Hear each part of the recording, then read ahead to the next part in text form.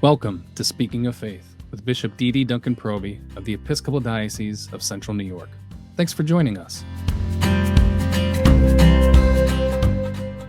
Hey friends, welcome to the podcast, Speaking of Faith. Wow, something either we do too much of, not enough of, or wish we could do better.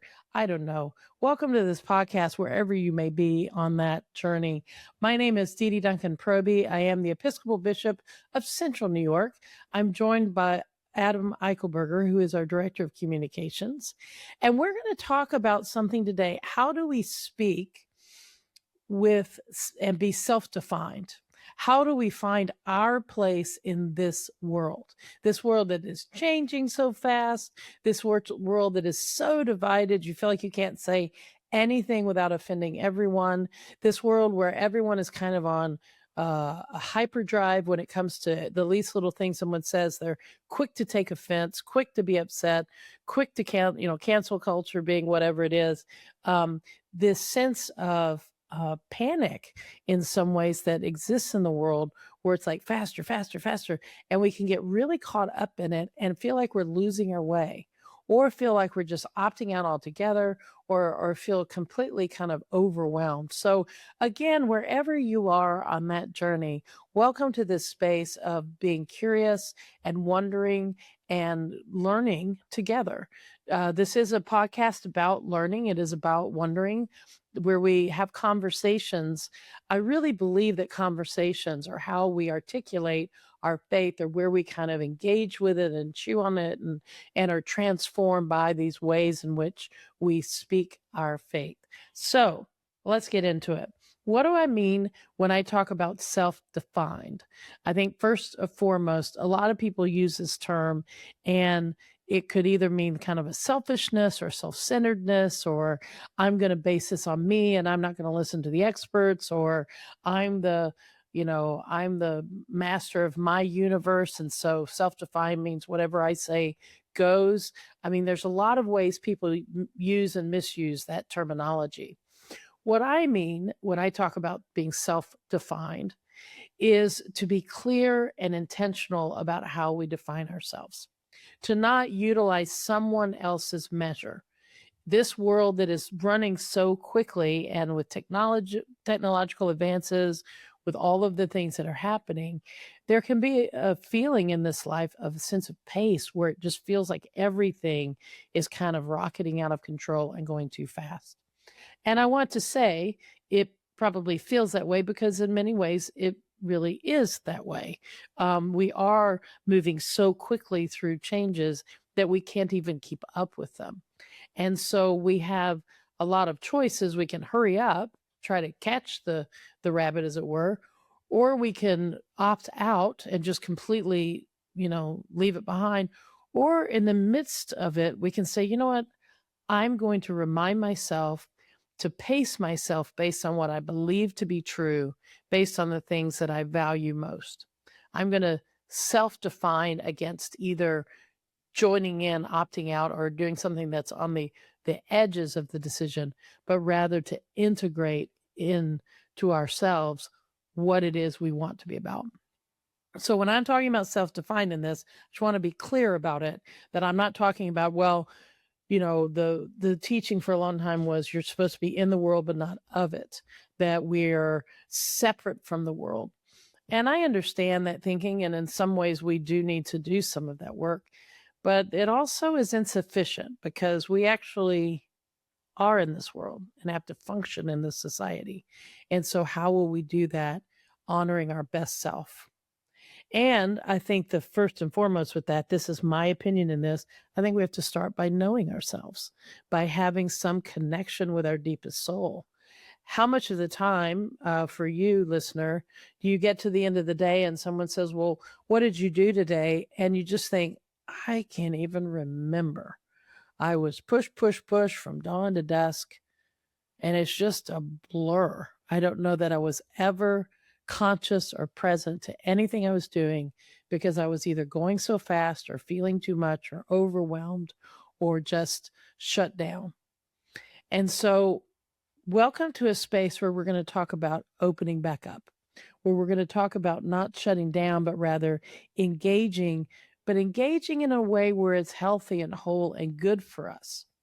Because while all this is happening, while there's all the partisan division, while this weekend we're going to be, and I'm dating this podcast, this is the week before July 4th. So there's been a lot of discussion. Yes, I thought about talking about patriotism and Christian nationalism and all the things, but I'm not sure the thing we may need to talk about most is recentering our lives and to be self-defined about what do we believe? How does our belief translate into knowing who we are? Our identity in God, our identity as people of God, and how are we going to navigate a time when everyone is rushing to the either ors rather than the both and? We are part of here in the United States, part of the United States. This is the 250th anniversary. And so, however we may be feeling about that, we are part of that conversation. And that's not the only thing we're part of. And especially if we've done work around Christian nationalism, we know that we are first and foremost people of God, that our first and primary allegiance is to Jesus Christ and to what it is we believe to be true. And in that context, then, how are we going to live as citizens of this place? So when I'm talking about self-defined, being clear about things, it's doing some work with that, sitting with it, being uncomfortable with it, wrestling with it, and thinking about, yes, we can take a side in every battle, and yes, we can fight. But in the midst of all of this, we're called to live our lives.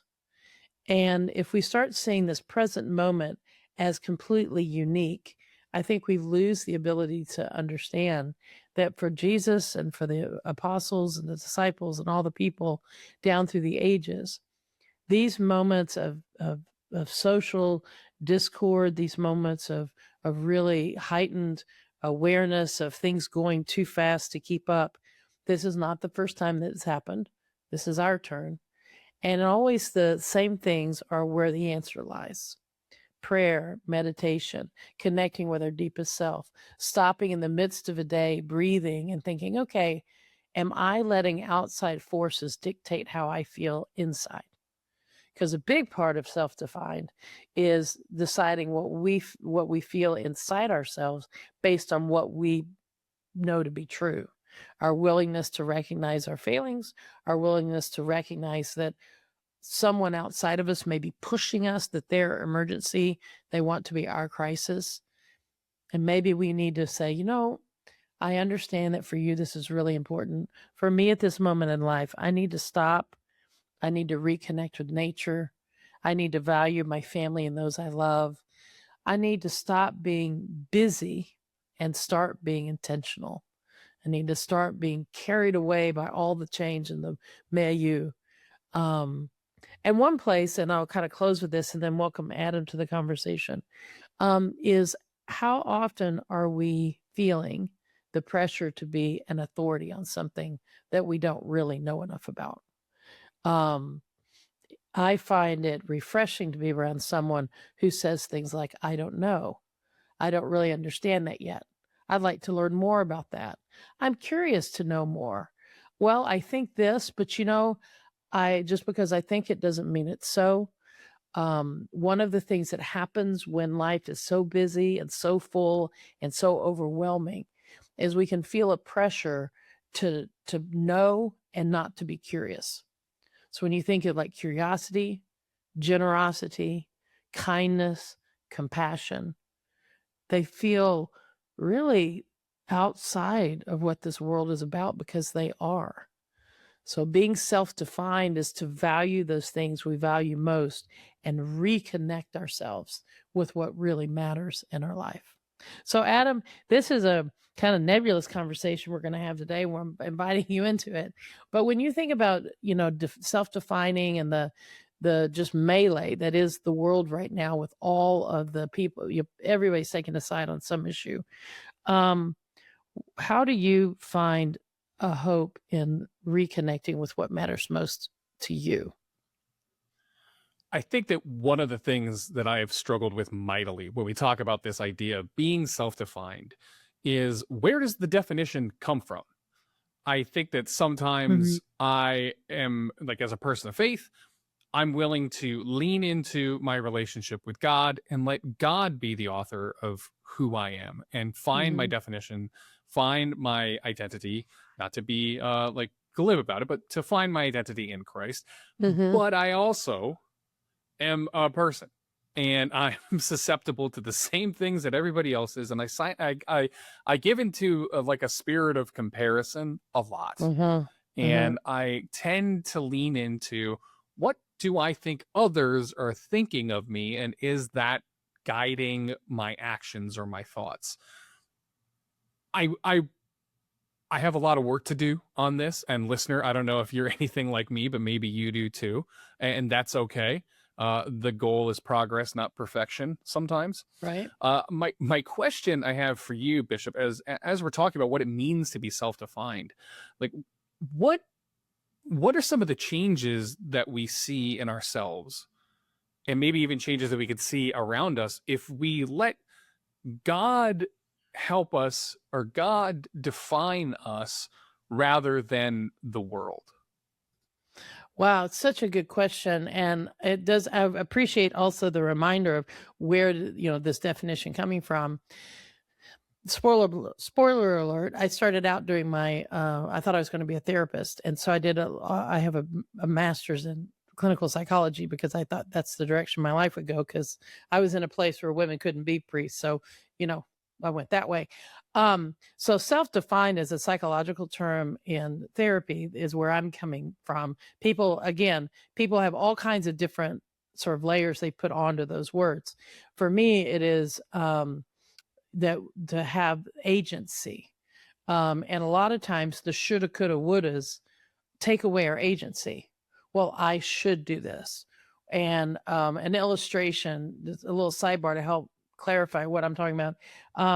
There is the story with stuff about the grandmother writes out the recipe. And in the recipe, she says, one blue cup of sugar, and it's in the recipe.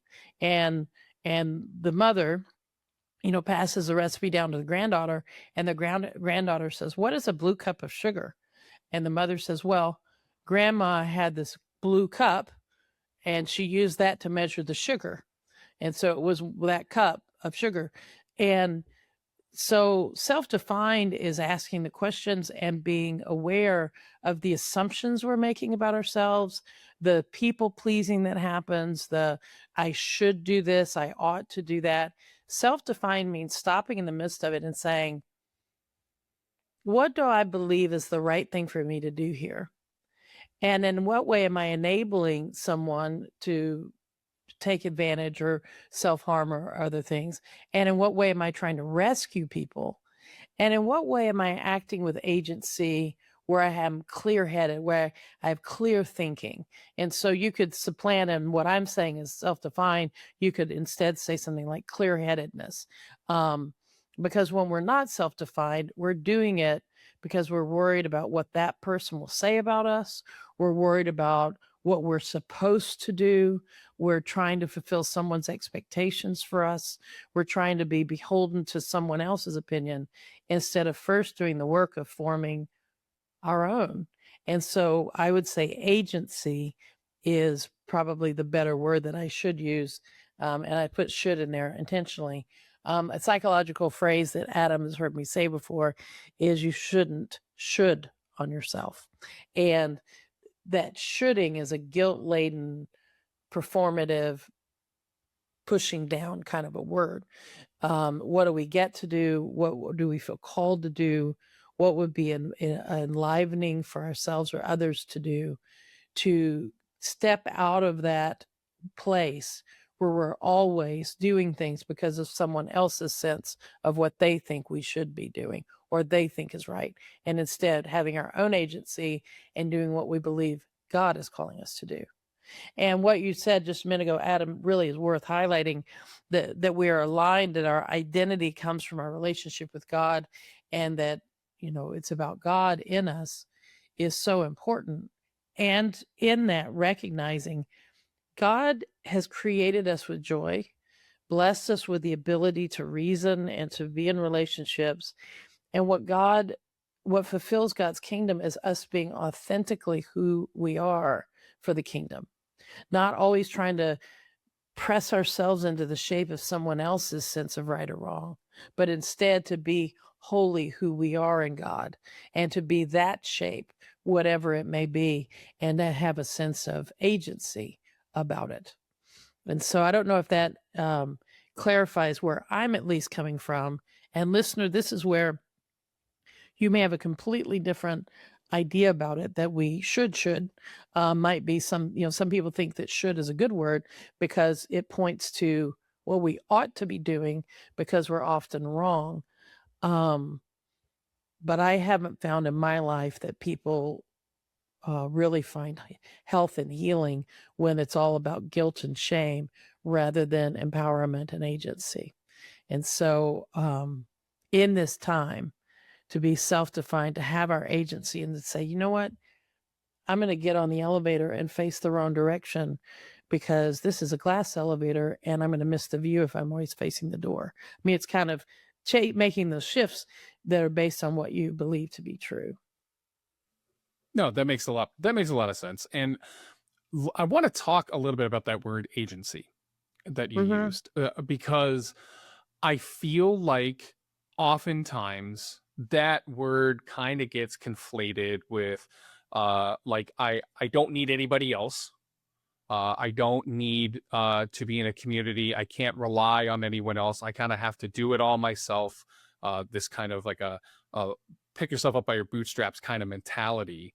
Mm-hmm. And so when we think about agency and being self-defined through the lens of people who are Christians, who live in community, who serve in community, how do we navigate that? Because I feel like those two things don't have to be as diametrically opposed as maybe society or even some parts of the church feel like they are. I think they're actually really connected and maybe even a little interdependent, those two things of agency and community, that they're not as separate as we think they are. So can we talk about that just a little bit, like how those things really affect us, and maybe how do we start to define, for some of us who maybe have never really considered like agency, who am I really, like how do we start to kind of define that stuff? Oh my goodness, this is a life work. And so, listener, if you're like, okay, I'm going to go listen to something else because this is like a lot of work. It is a lot of work. It is, and it's good work because the more that we engage in healthy living and in healing, the more that we're going to experience healing, the more we're going to experience these things. But how we begin, first and foremost is recognizing if this is a foreign concept or conversation to ourselves.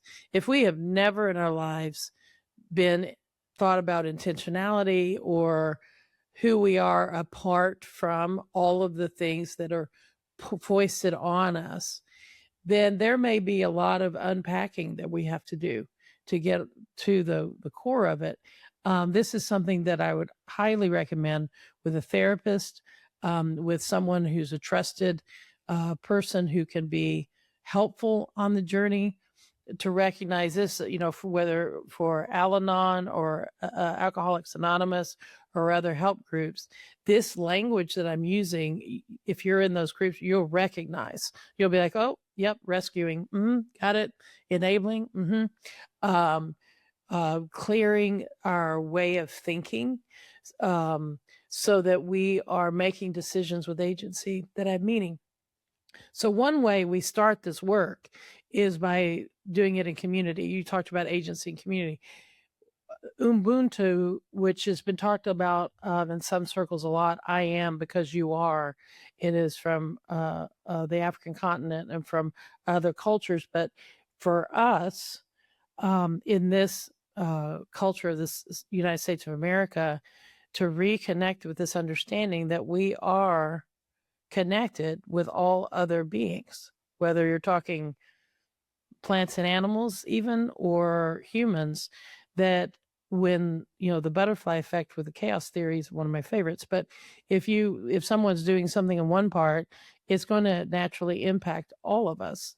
And so we are interconnected and we have an interdependence. But when we lose our identity in the identity of another, in a relationship, in a ideal that we've held dear, when we can no longer see who God has created us to be, then that becomes a sin.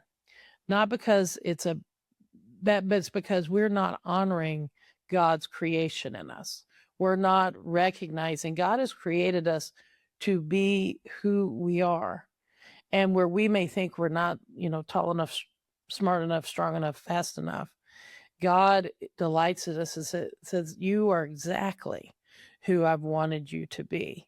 And as you honor your inner knowledge, your inner knowing, the more that you are true to that inner light in you, the more you're shining the light of God, because we're created in God's image. And part of this work is reconnecting with that image that's in us, maybe buried under all the shoulds, buried under all of the inattentive. And it does take work. It is not done in a day. You can't think yourself right. You can't think yourself healed. But when I look at the gospel of Jesus Christ and when I read the teachings of Jesus, and Jesus talking about love your neighbor as yourself, not love your neighbor better than yourself or instead of yourself or more than you care about, not this. What we've often done with that is turned it into a really trite, performative, tokenistic, unhealthy, sinful thing, which is I'm just going to be nice to people. We're supposed to love others with an intentionality that we care about ourselves so that we're all interconnected with the divine image of God that's in us. And so let me repeat that. When we say we're created in the image of God, reconnecting with that image in us, each of us being the part of the kingdom of God we're called to be, and then to offer that in communion with others, that really we can't be the community of God until we do this work. Because otherwise it's just sort of some false narrative. It's like if I pretend to like you and I just go through years and years, if I just pretend to like you and I never think about it and I just do things to say I like you, but then you say, well, who am I really? And I say, well, I don't know. I'm just doing all this. Well, then it's not really rooted in any kind of real relationship or reality. It isn't, it's just performance art. It's not relationship. And so love your neighbor as yourself is calling us to deep, profound relationship that will change us and change other people. And it is very hard to do. It takes a whole lifetime. I had one woman say to me one time, because I said, love your neighbor, love God with all your heart, mind, soul, and strength, and love your neighbor as yourself. I said, that is the work of my life, is that, and these two commandments hang on the law and the prophets. And she said, oh, you'll get there. Just work on it. Like it's accomplishable. Like you can actually do it. I think we can get closer to doing it. I think we can become more astute at it. But I think always we're going to be wrestling with who am I really? Am I honoring who God has created me to be? Or am I so busy giving away that I've forgotten that when I am not whole, I'm really not part of what God's calling me to be. And so that what you said earlier about we find our identity in God, first and foremost, it starts with honoring our agency and who we are. Because then when we start to do that, what we're going to run into, like the prophets, is how broken we are. And we're going to be like, I never realized how selfish I am. I'm so busy doing all this stuff for other people. I didn't realize that actually I'm infantilizing them and treating myself as if I'm the great power of the universe.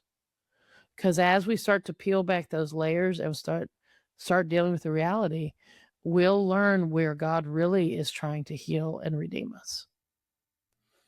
I really like that last thing that you just said. I actually, not to dive too much into my own journey in therapy, but I was talking to my therapist And I said something to the effect of like, I have a really hard time holding space for the things that I need or asking for permission, and or not asking for permission, but like saying like I need to do this thing, and assuming that when I ask anybody, my spouse, my kids, my family, whoever, that I need this time or this space, that it's an imposition, and I'm being selfish when I do that.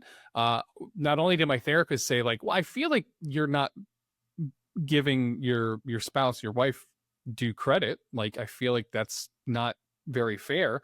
And then when I talked to her about it, she said, I feel like that's really mean that you're not giving me the ability to do that. And I was like, like that was, and that hurt. Um, this kind of goes along with what I think is my final question when we're talking about this is, it's really important, like you've highlighted, like to know who we are, to be self-defined, to exercise and find that agency. One of the things that I feel like, especially within the church, is how we impose that. We have a tendency to impose that on other people. We have a tendency, specifically with Christianity, in saying, if you're not fitting in the box, you're not doing what you're supposed to be doing, you're sinning, you're missing the mark, all that stuff. I guess my last question for you, Bishop, in this conversation is, how do we, especially in the church, I mean, it's important for all of us, but especially in the church, how do we avoid doing that defining of others, and essentially, I feel like maybe taking away other people's agency? Oh, okay. So next week, that's the podcast. So write that down, Adam, first of all, because that is the podcast. It, this is, St. Paul, let me say this. St. Paul tells us to work out our faith, to be working out our faith. And it sounds like what St. Paul is saying is to learn it, believe it, and be it. Like a coercive kind of shape yourself into this box, fit in the square peg fitting in the round hole.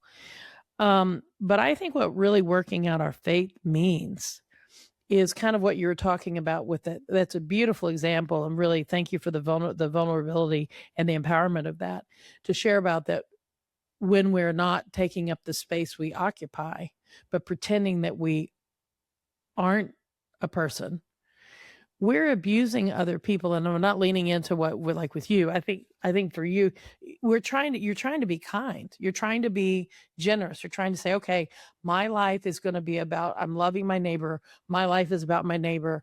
I'm going to pretend that I'm not really a person. Well, one, we've dishonored that we are a person and that God created us a certain way. And two, we're starting to treat everybody else as if they're needy.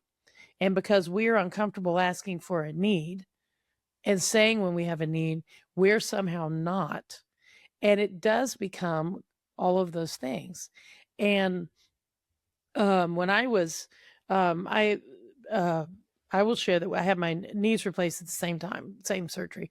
This is back when they would do that. I don't think they do that anymore. But anyway, it worked for me, listeners, just so you know, because I had young children at the time, and it was trying to, go as quickly as we could. So anyway, I had been a priest for a number of years at that point, I think 15 or so.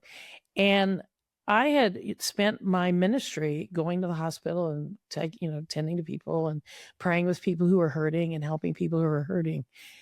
And until that surgery, I hadn't realized how wrong my ministry had been, because I was going to help people. And then when I had that surgery, I didn't want to ask for help from people, which is not a relationship. It's a toxic deployment system or something. And so learning how to say, I need help, I can't do that. I mean, the 4 sentences of wisdom, I said them last week, that when we are honest about that, and when I would ask for help with someone, I give them the opportunity to love me. I give them the opportunity to exercise their God-given right to be an agent of mercy. I allow them to see my vulnerability, and then we are relating on an equal playing field. I'm no longer trying to hypocritically elevate myself. Not that anybody intends to do that necessarily, but when we can say, I need help, then we're in real relationship with one another because we do need each other. And for me, it was a great learning in that recovery time from that surgery of learning how to meet people with more honesty. It's dishonest to try to be this tabula rasa mirror looking at somebody. And not that I overshare, not that I'm, bringing on my whatever, but when I'm relating to someone now, to have compassion because I know what it feels like to receive compassion. And so in the church, I think the way we start to undo centuries of really harm is one step at a time, and is looking at it and saying, you know what? When I'm offering to help someone, is what I'm doing actual help? Have I asked them if they want help? Have I encouraged their agency? Or is this kind of a toxic charity moment where I'm going to help them because I'm helping them because they should receive my help because then I'll feel good about myself? So I think that's a very important conversation. And it's not a place of right or wrong. It's a place of working it out. We need to be appreciative of St. Paul telling us these are complex things. We're not the savior of the world. Jesus is. We're not we're not the creator of the world. God is. We are God's people, and we are most effective when we remember to be God's people with humility, curiosity, wonder, and self-defined agency, where we are clear on that.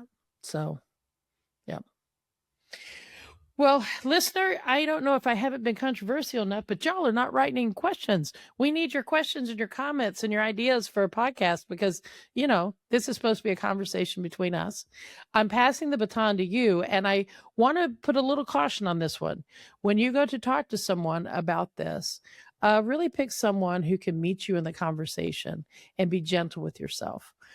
It is uncommon in this world to meet people who really take responsibility for their own actions and needs, and who have done this work of emotional mental health and healing. And so I encourage you to have conversations about this, to maybe ask questions with others and have dialogue. We talk about what does it mean to be a whole and healthy person as a believer in Jesus, and how will our agency, how are we be self-defined, defined by the things we know to be true in God, in a world that is so busy and so chaotic, and to find that peace in the midst of living it. So be well, and blessings upon blessings. May you be a blessing, and let's keep talking. Let's keep conversing. And I look forward to speaking with you soon. Take good care. Thanks again for joining us on Speaking of Faith. Make sure to leave us a review and subscribe wherever you get podcasts. Connect with us online at cnyepiscopal.org. Or you can join us on Facebook, Instagram, or YouTube at CNY Episcopal. We'll see you next time. Speaking of Faith is a production of the Episcopal Diocese of Central New York.